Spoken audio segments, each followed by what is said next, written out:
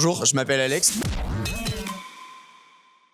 cofondateur de SafeOut, une solution de traçabilité et de certification des objets par NFC. Comment tu places le recrutement dans tes préoccupations actuelles et dans ta stratégie future?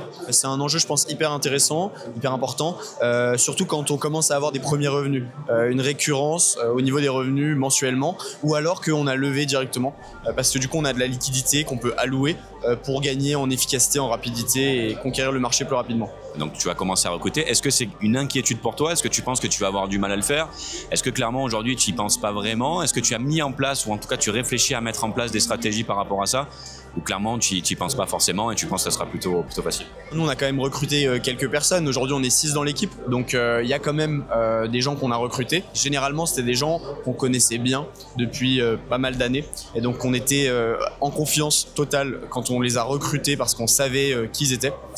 C'est plutôt pour la suite justement quand on va devoir recruter une grosse équipe, où là peut-être oui le questionnement va venir, parce que tu peux pas vraiment tout le temps être sûr de la personne que tu recrutes, c'est compliqué, hein, c'est de l'humain, donc il y a cet enjeu, oui, et pour la stratégie, une chose à la fois, voilà, c'est pas trop ce qu'on a regardé tout de suite, donc voilà. Est-ce que tu as déjà réfléchi à l'impact que pourrait avoir un mauvais recrutement ou un bon recrutement dans l'avenir de ta boîte? Alors mais complètement, j'ai même des amis start-upers qui ont eu des très gros problèmes avec des mauvais recrutements, ça c'est allé jusqu'au prud'homme, etc. Et parfois pour pas grand chose, vraiment même rien, et en fait oui, ça plombe vraiment l'ambiance, ça plombe le moral.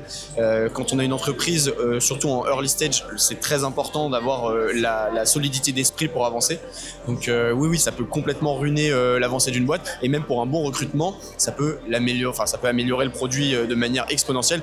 On l'a fait nous-mêmes, on a recruté des gens qu'on connaissait bien au début, et le produit en quelques mois seulement il était complètement fini. Tu te sens formé sur la question du recrutement en tant que dirigeant? Est-ce que tu penses que c'est une des palettes des connaissances que doit avoir un dirigeant ou pas? Oui, je pense quand même que tu dois avoir un minimum dessus.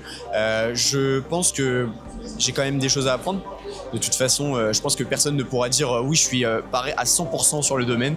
Donc évidemment, oui, il y a encore beaucoup de choses à apprendre, je pense, au niveau du recrutement. Surtout quand on sera vraiment dans cette phase plus intense, on se portera plus dessus, quoi.